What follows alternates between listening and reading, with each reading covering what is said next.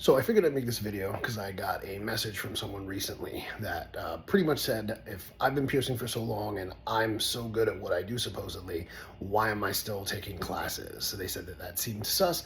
They also called me a homo. So I'll post the message up here. I'll edit that in. Let's address the homo thing first. I'm a 45-year-old gay man. I've heard so much worse than homo. Oh no, my feelings are so hurt. That's some weak shit. You gotta get better insults, because I've been insulted worse by an Arby's beef and cheddar. Anyway, so as far as taking classes, sure, I've been piercing for 32 years, but that doesn't mean that there isn't more to learn, and it doesn't mean that I'm not going to learn something from someone who's been piercing for less time than me. They have a different perspective, and because I've been doing this for so long, I can get stuck in my ways, so it's always important to keep evolving and keep moving forward and keep learning.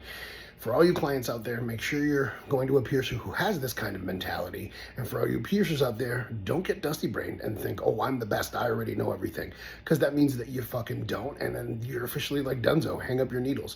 You have to keep learning, you have to keep evolving. Also, for the clown that sent me that message, get better insults. That was some weak ass shit.